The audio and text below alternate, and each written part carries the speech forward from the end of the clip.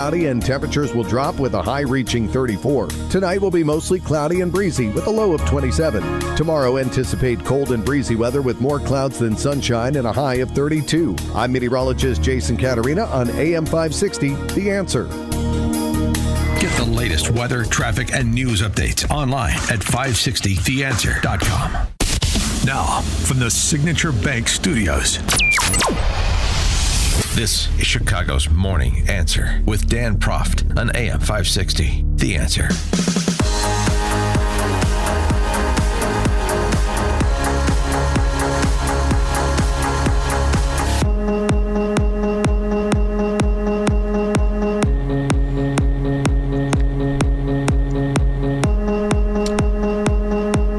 Top of the morning, Dan Proft here.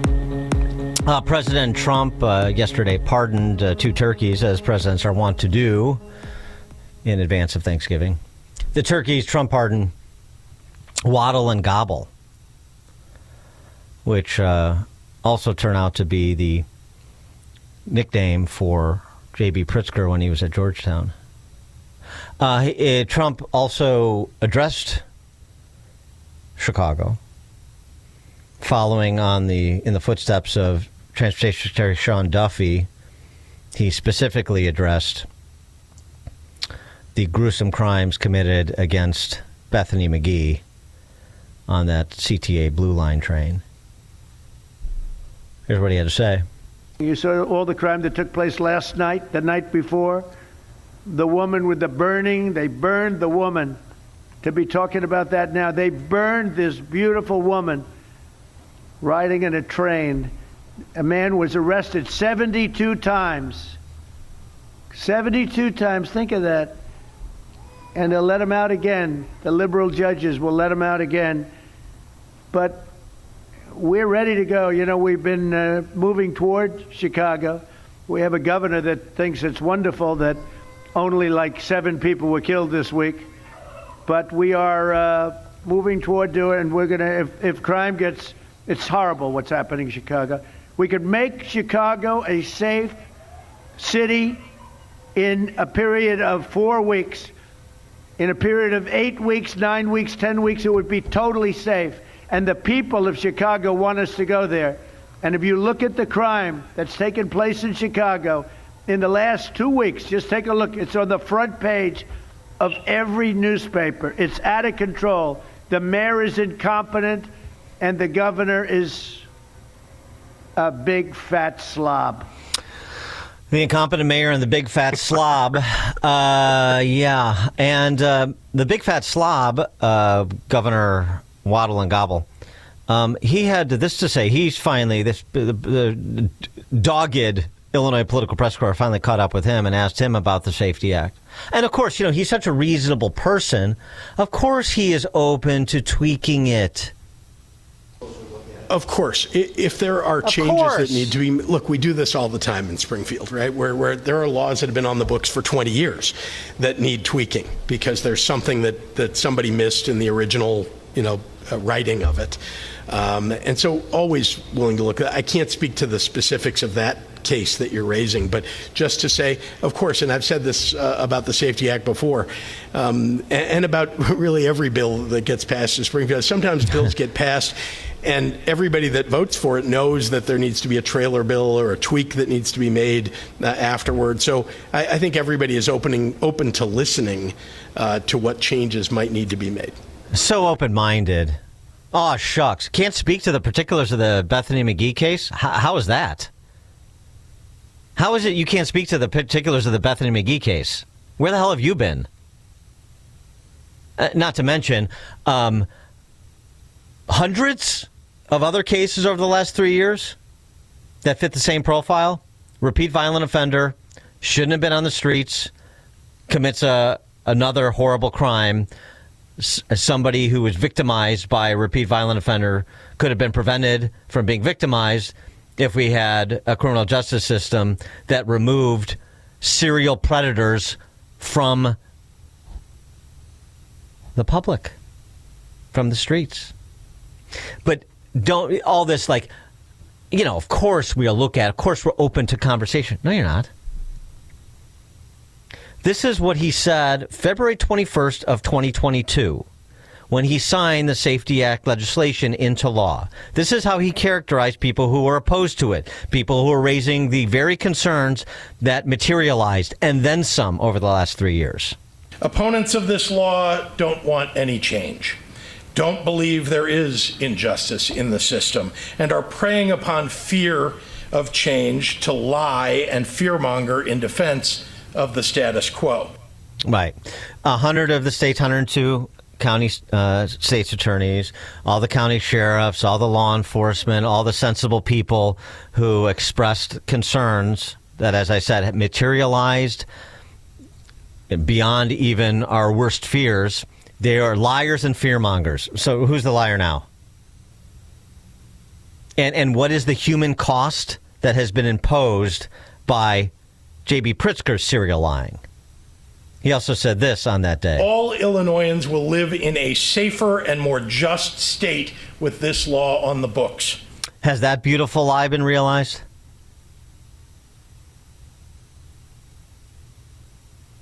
For more on this, pleased to be joined by Pastor Corey Brooks.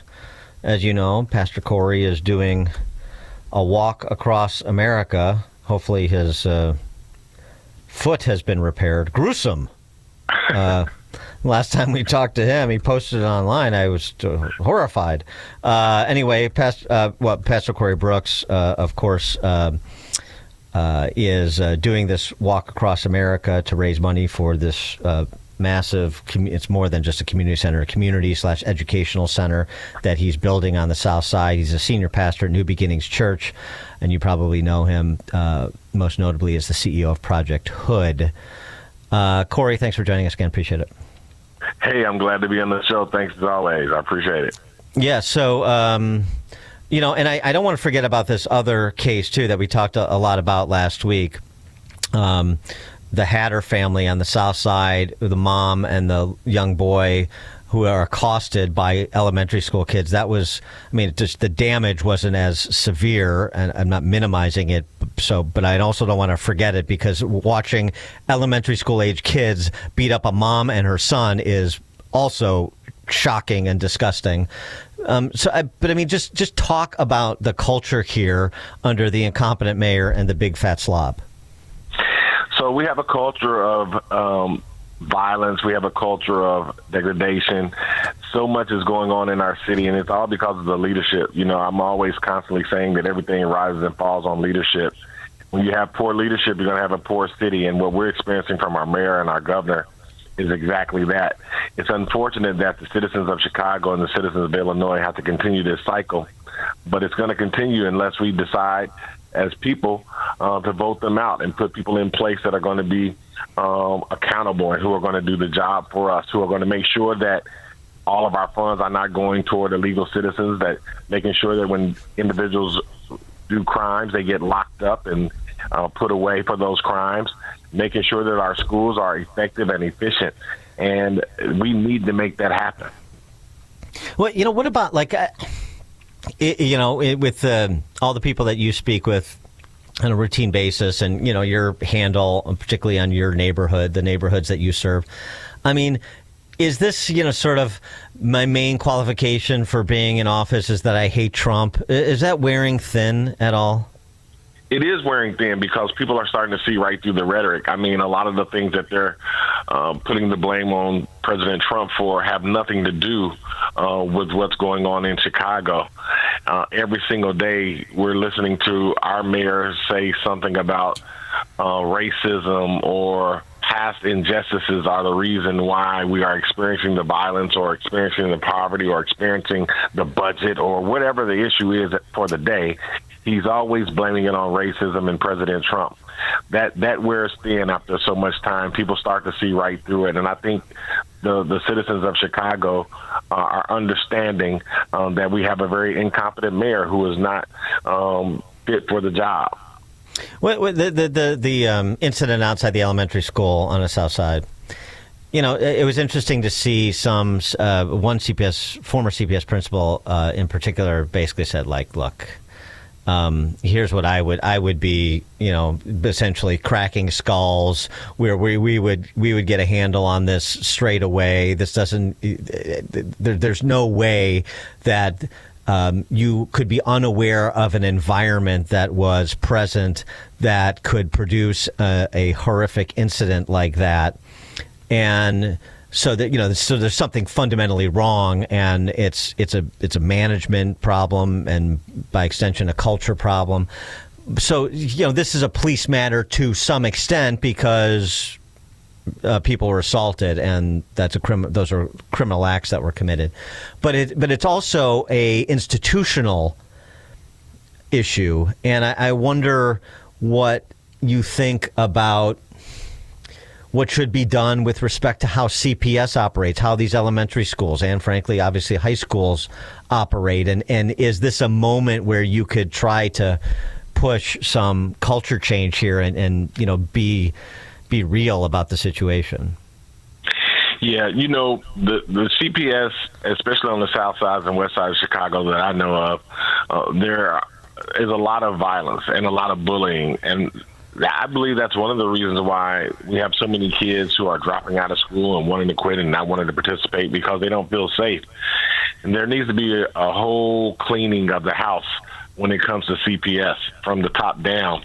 I think we have to start with CTU and what they're trying to promote constantly. We have to move then through the school board and then to our teachers and principals and administrators. For instance, the kid that you were just talking about, he was a part of our summer program and our after-school program. His grandmother is a member of our church. This is not the first incident. This kid has been getting bullied, and his mother's been reporting it for some time. So the fact that you could have these incidents to go on and to be reported and still things not be done, this is a culture that's been set in CPS. And so, anytime you start get police out of the schools too, that's a problem.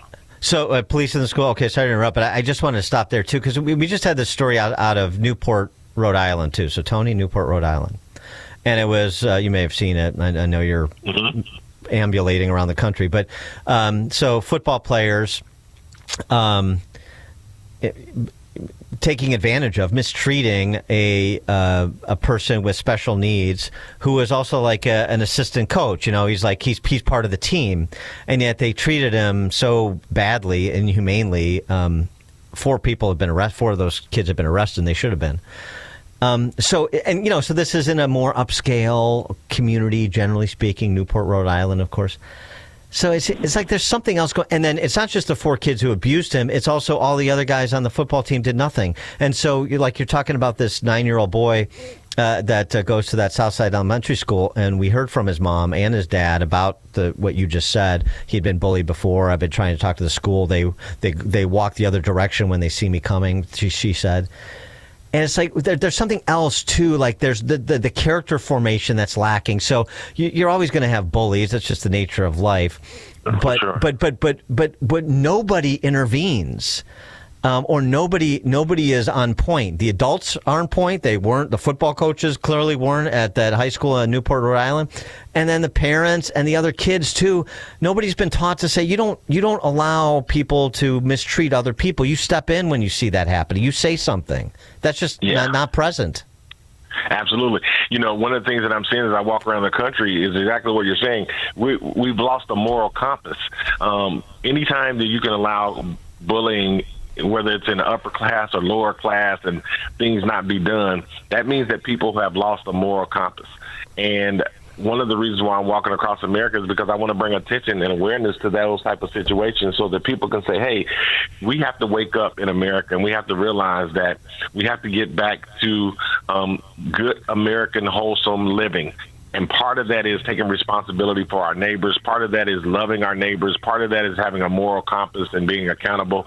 And as you said, we need to make sure that our character is intact. We need to make sure that our young people have character, that they're living responsibly, and that they're being held accountable. But unfortunately, all across America, we're seeing this displayed of no moral compass. Yeah, I mean, that's the thing. Like police in the schools is a Band-Aid, right? If there's no there's no character formation at home or in the schools, then Right. police is just in the schools as a Band-Aid. So I know we talked earlier in the week to a retired police lieutenant, John Garrido, and he's talked about like a snap curfew that should have been in place to try to at least prevent some of what occurred Friday night outside the Chicago theater. But again, a snap curfew where you got 300, 500, 800 young people converging on downtown. I mean, that's a Band-Aid when you have young people acting without restraint. Yeah. Rampant and unharnessed sin is what I call it. And you're right that it is a Band-Aid. We have to get to the root of the problem. And the root of the problem is, first of all, we have an absence of God. Secondly, we have so many houses that are single-parent households, and the fathers are lacking their responsibilities. So there's so many issues that we're dealing with that need to be dealt with.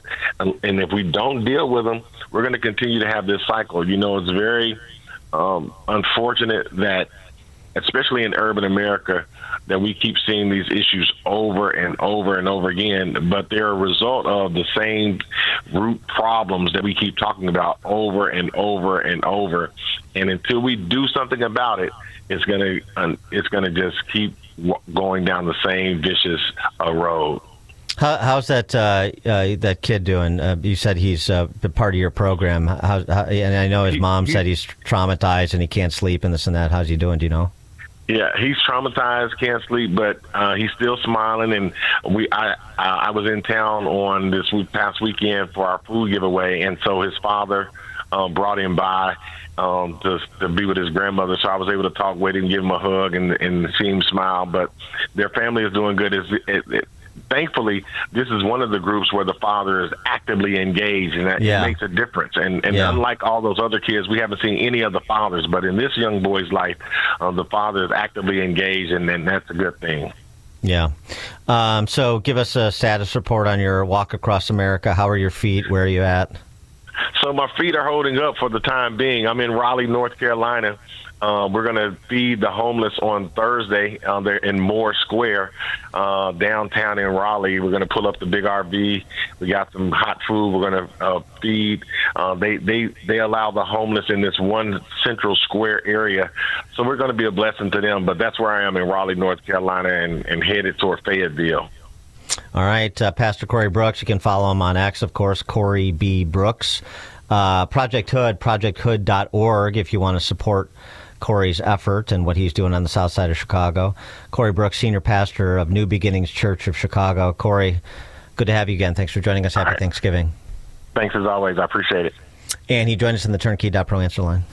It's news, opinion, insight. This is Chicago's Morning Answer on AM 560. The Answer. Sean Thompson here, and I'm with attorney Bert Hochberg from the law firm of Schiller, Ducanto, and Fleck. We're talking about divorce arbitration. This is not really a new, or is